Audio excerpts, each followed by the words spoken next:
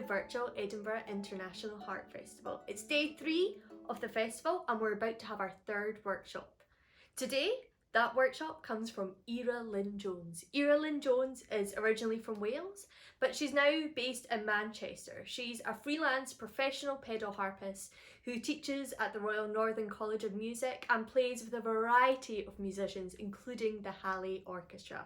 I think it's safe to say that she's one of the most respected harp teachers in the UK. She has an amazing ability to bring harp players of all types together. Whether you play pedal harp, whether you play lever harp, Eira will work with you and make you feel positive about your music. So her workshop is open to all harpists. Whether you play pedal, lever, triple, small lap harp, please watch this workshop. She'll be she's kind of doing some technical things and musicality kind of ideas. It's just watch it, it's worth seeing. Now, if you'd like to find out more about what Eira does, this is her website. And particularly have a look at her shop. She had a new booklet of exercises, pick and mix 2 technical exercises and top tips, which she was going to launch at our festival. So please do have a look at that and maybe consider purchasing it to further your technique. So what are we waiting for? Let's get to it. Enjoy. Hello, my name is Eira Lynn Jones. I'm originally from Wales, but I now live near Manchester in the northwest of England. I was due to be a guest tutor at this year's Edinburgh International Harp Festival 2020, and I'm delighted to be part of this online festival. This is a great opportunity to say a big thank you to the joint artistic directors Isabel Miras and Patsy Seddon for inviting me back again. And a big shout out to Rachel Hare, who has put this online event together. It was going to be quite a busy festival for me again. Private lessons, a masterclass for lever and pedal harpists, kindly sponsored by the UK Harp Association, a duet performance with And Enham, and 2 5-day courses. The first course was pick and mix for elementary level players, focusing on technical developments. Pedal Power 2 was a continuation of the pedal harp class that I directed last year. We had a fully booked class of 15 pedalers, and a definite highlight for me was hearing them perform in the Wednesday concert in the Memorial Hall. But none of that could have happened without the support of some of our harp exhibitors. So in no particular order, I'd like to thank once again the following: Pilgrim Harps, Salvi Music London, Bethan Watson at the Harp Studio, Clive Morley Harps, Telena Vining Harps, representing Camac. So what are we going to do today? Well, let's recreate what you would hear on one of my courses. So this video is just in my little studio at home in the garden. It's not going to be edited, so it's going to be very real. I've got some ideas going and then I'll see how the flow takes me. It's for pedal harps, lever harps. In fact, if you've got a harp, just grab it now, set it in C major, and let's go.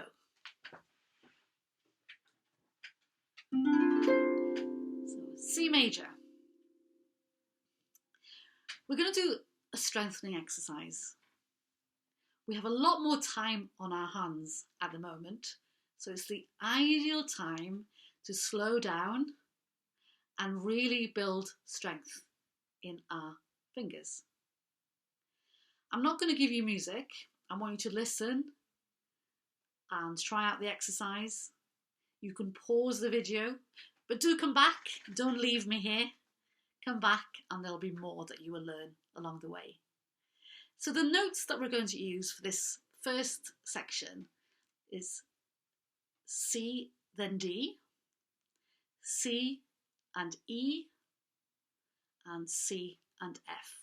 So fairly straightforward to remember.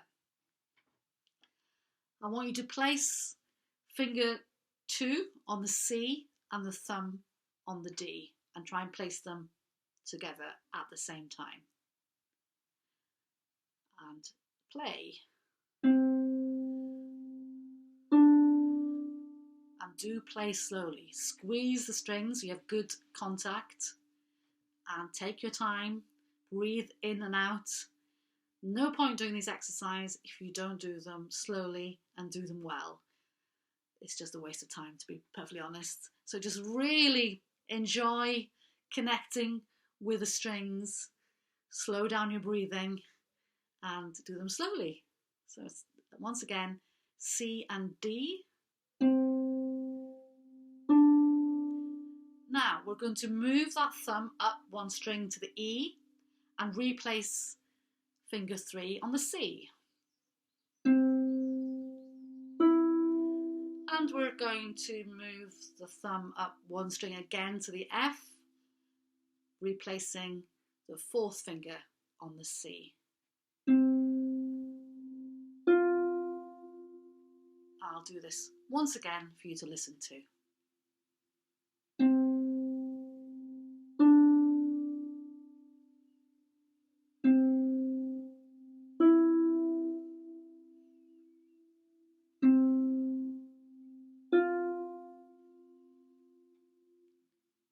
Sounding good? I don't know the answer to that. Only you can hear yourself. So you have to continually ask yourself the question, does it sound good? Am I happy with that sound? Do I feel in control? Let's do variation. We're going to play the exercise again, but this time the 2nd finger is going to play the starting note twice.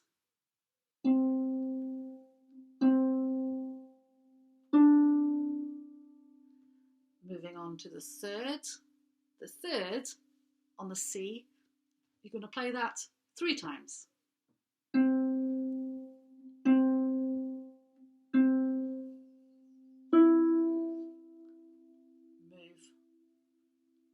the 4th onto the C, and you've guessed it, we're going to play the 4th 4 times.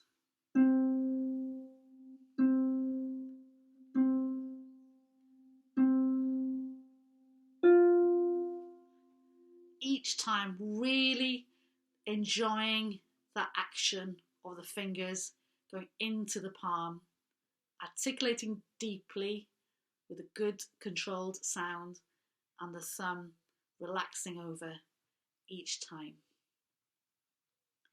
Now, I did say that you can play on any harp for this tutorial, and you can be of any level. I think it's even more important if you're at an intermediate or advanced level to go back to the basics.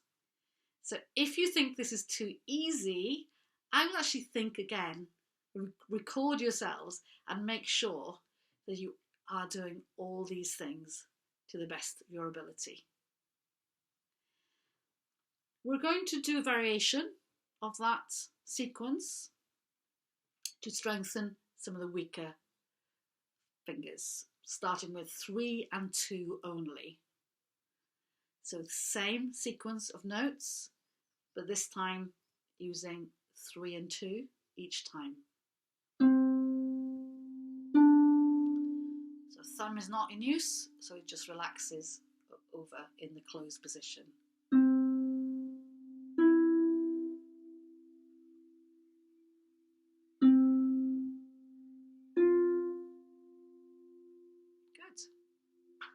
Now, fingers 4 and 3.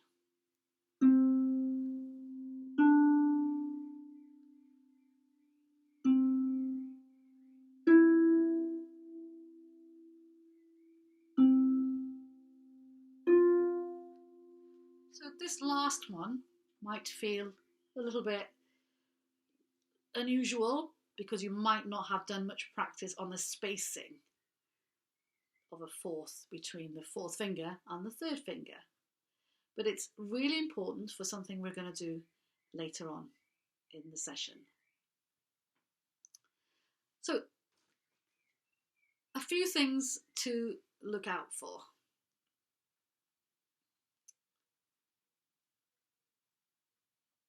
Thumb high, second finger low. We've already talked about the articulation and the relaxation, the squeezing of the string. Make sure you're not hugging the string, that you've got a nice pad to work from. Notice the space between the thumb and the second finger. My pencil should go in there easily.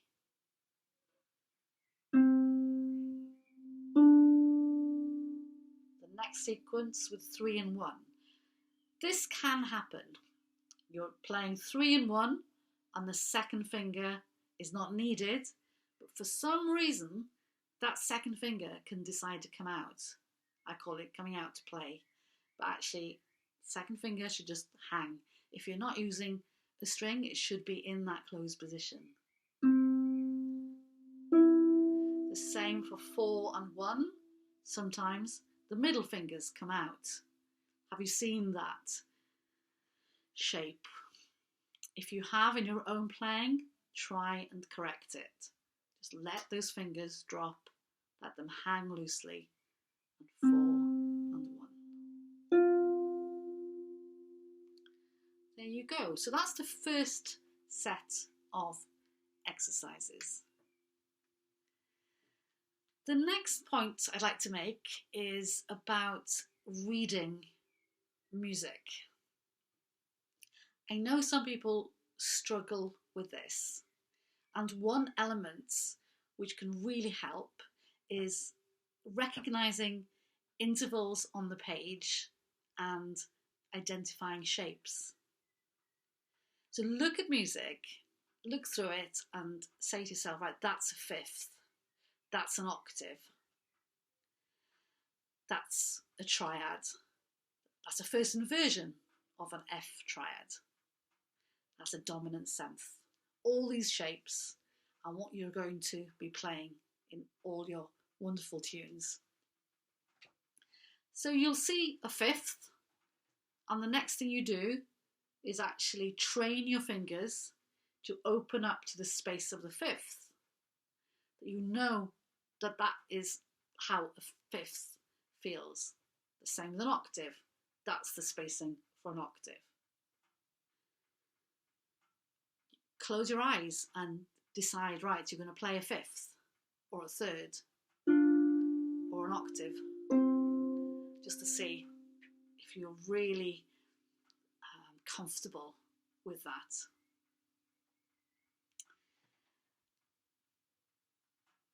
In every practice or course, you should give yourself a few moments to pause. Don't play continuously. And definitely when we've got this time on our hands, the tendency might be to play too much. But we have to have breaks. And this leads me nicely to talk about posture. Make sure your head is, nicely balanced on top of your neck, that your jaw, you're not clenching your jaw when you're playing, that your shoulders nicely relaxed down. Just flop your arms down to release any tension that might have been in your wrists or your arms. Sit with a straight back, but make sure it's not too straight and there's tension at the bottom of your spine. Sit up and then relax into your sitting bones. So notice this is sitting up straight and this is me relaxing into my sitting bones. Both feet firmly on the floor. Make sure the harp fits you, that you don't try to fit around the harp so that you're twisting your back and especially your neck. You will want to look at the strings of course, you have to do that. You all have to. But if you are twisting too much to look at the strings, you are going to have problems with your neck. So every practice session, take a few minutes to relax. Be aware that we need to take care of our hands. I won't be impressed if some of my students come back later on this year with lots of blisters on every finger. It's not a badge of honour to have this at all. It means that your practice hasn't been going to plan. You've overdone an aspect of it. So it's learning when to stop is as important as learning when to keep going. Any sign of pain, you stop. Try and work out the source of the pain. Have you been overstretching a finger or overdoing a thumb action? And rest as much as possible, and then gradually go back to practicing. The next stage is thinking about triads. So we're in our preparation zone. If I was just going to play these 3 strings in a row, C, D, E, I would just bring out my fingers quite close together and pop them on the strings. But for a triad, I need to open a lot more because I need a gap to get away from the strings I'm not using. So do make sure that you open your hand wide. The tendency when you see a triad written C, E, G is to bring the 3rd finger out, then the 2nd, and then the thumb. This can result in the position being like this. Can you see the thumb is quite low? I like to think of the thumb as the leader of the pack. It comes out of the hand first. It releases the fingers into the spacing you need, whether it's 3 next to each other, 3 strings next to each other, or the triad shape. So even though I'm going to play the C first, it's the thumb that comes out of the hand first. This is a root position triad, C, E, G.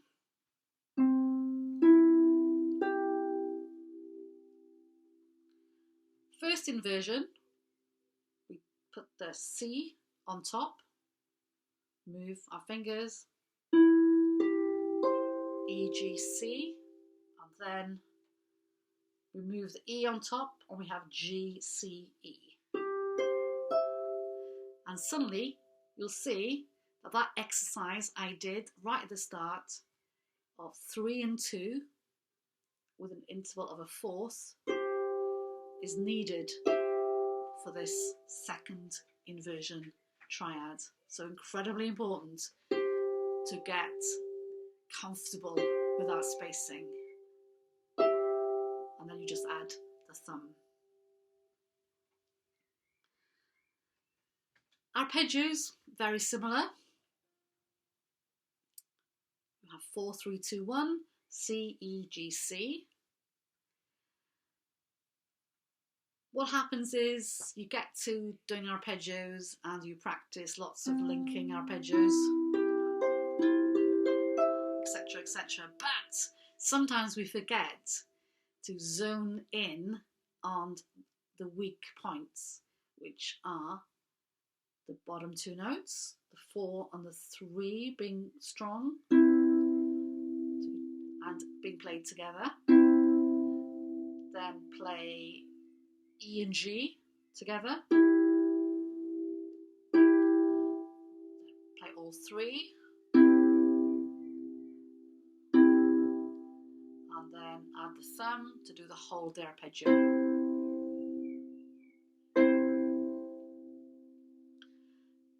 Spread chords are very nice on the harp. To get that so this sounds easy, do this exercise. Just the 4th, then replace. Then play 4 and 3.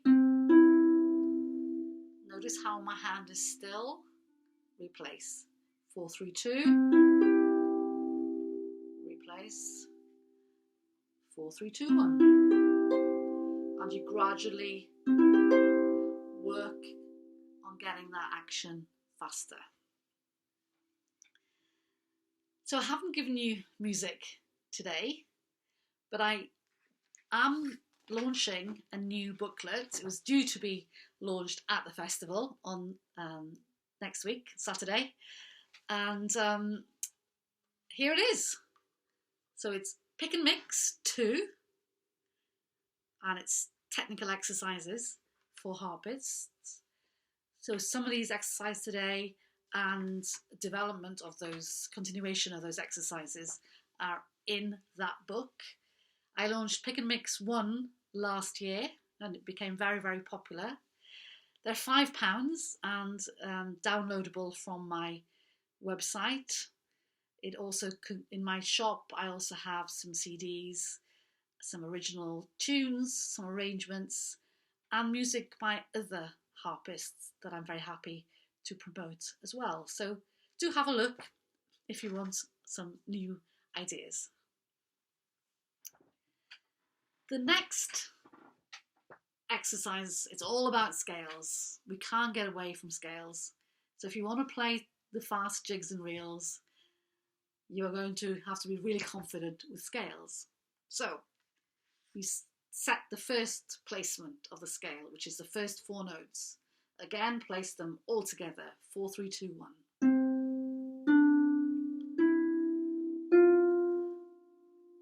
Good. I think that sounds great. Do you agree though? Did you sound great? Remember, keep listening to yourselves. The second placement is when we bring the 4th under. So we cross under with a 4th to place that as the bridge between the 2 positions. So I'm crossing under just with a 4th. Okay, so at this point the 4th is left on by itself. The problem occurs if you place the 4th too high. The 4th too high, can you see those middle fingers come out again?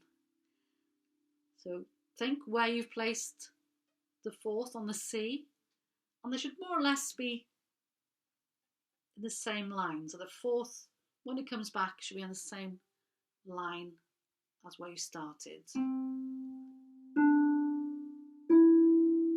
There. Then you move to place the group again. Notice the palm. The palm should always be behind the fingers that you are using. So we're using these strings. The palm is there, so I can put my pencil in there again and play. So 4th under, low. So I've got to move my hand a little bit so the palm is now here. So it's supporting the fingers that I'm using. There's no point having your hand up here and stretching it down there to play. Do you see what I mean? So if I'm going to be playing down there, I have to move my hand to be behind the strings that I need. Okay, so the next stage is playing some grace notes. Grace notes are frills and ornaments to a melody, and they can really lift a tune. They always sound quite easy, which is a successful player, but like everything, they need a little bit of work. And I can see, behind me today, that beautiful starfish clarsach. And my favourite tune to play on that harp is the Swan LK243 by Katrina Mackay. She was a student of mine for many years and is now a great friend and a frequent artist at the festival. A fun fact is that the swan was actually written on that instrument. So I'm just going to play the opening of it for you to listen out for some of those ornaments, grace notes.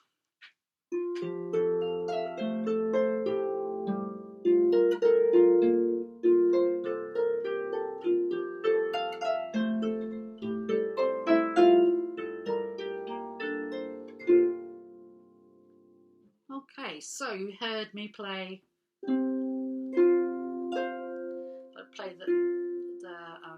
the melody note and do a fast note before it. So let's try that. We're going to play C. The melody note is C, D, and E. So that's what we want to hear. But before it, we're going to do a quick flick with the thumb on the note above, on the string above. And that's quite a light and fast action with the thumb.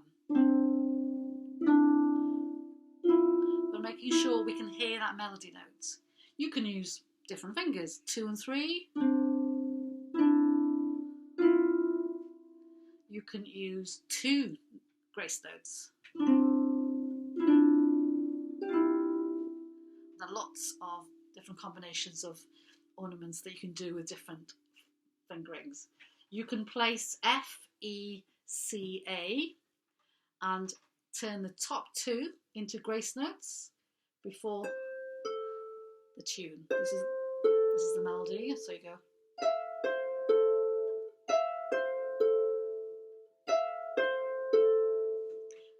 So take a simple tune and add your own ornaments. It's really quite fun to do.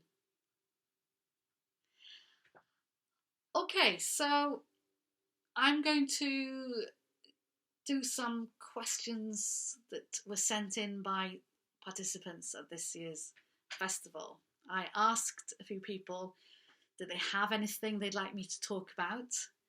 And I was slightly overwhelmed with how many questions I got. So sadly, I can't answer them all in this tutorial, but I've chosen a couple that I thought would help everybody.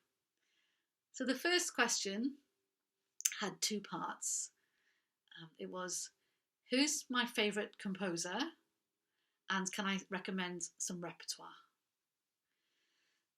Okay, I really love music that is well written for the harp, in that it fits in the hands, but also a composer who understands the resonance of the instruments. I'm less enthusiastic about piano or orchestral transcriptions, which are very fast, very clever, and show off what the performer can do, which is great that they can do that. But I want to show off what the harp can do. And one composer I feel really does this is, I think people who know me will guess who it is. It's Bernard Andrés, the French harpist and composer. If you don't know his music, he is written for every level, from beginner to advanced. Some of my favourite pieces are Aquitaine, Automate, both can be done for lever or pedal harp.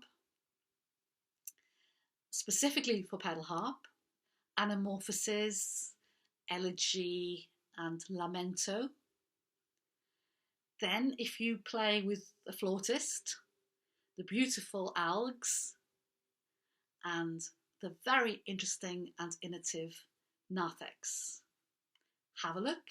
Next time we're at the festival, look at some of his music. I nearly guarantee that you will enjoy learning and playing his music. The second question that I really liked was, did I have any tips about improving musicianship? This is a very, very good question from Paul. They are the obvious answers of looking at what's on the page and respecting what the composer or arranger has asked you to do. Good rhythm, dynamics, phrasing, suitable style of playing, the history behind the piece, etc. But I also think we need to go one step further. Now, very often I'm asked, are you a classical harpist? Oh, are you a lever harpist? Maybe you're an orchestral harpist or a classical harpist. There are lots of labels that we put on ourselves and on other people. And my answer to that question is, what kind of harpist am I? I say, I'm a musician who plays the harp. And I think it's really important to remember this. Listen to all styles of harp playing, and there's plenty out there these days. But there are lots of other music too, orchestral, choral, medieval, whatever. So important that you get experiences from all these different styles and keep listening, keep going to concerts, keep enjoying it. Even if you think you don't like jazz music, listen to some and see if you can find something that would enhance your own playing. So I'm going to finish with a piece from my book, Portraits. It was written for my students, for my pupils who come and have lessons with me. Some of them travel a long way.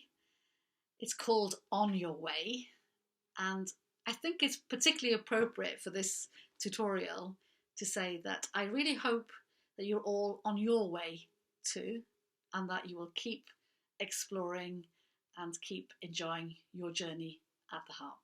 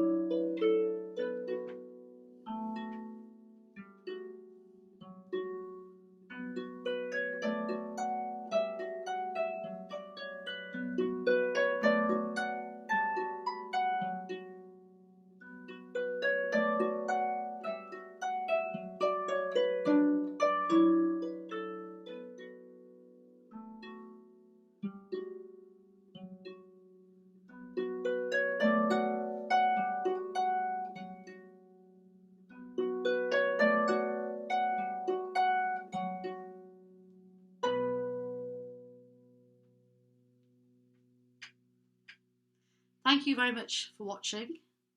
Keep safe, keep enjoying, and come to the Edinburgh Harp Festival next year.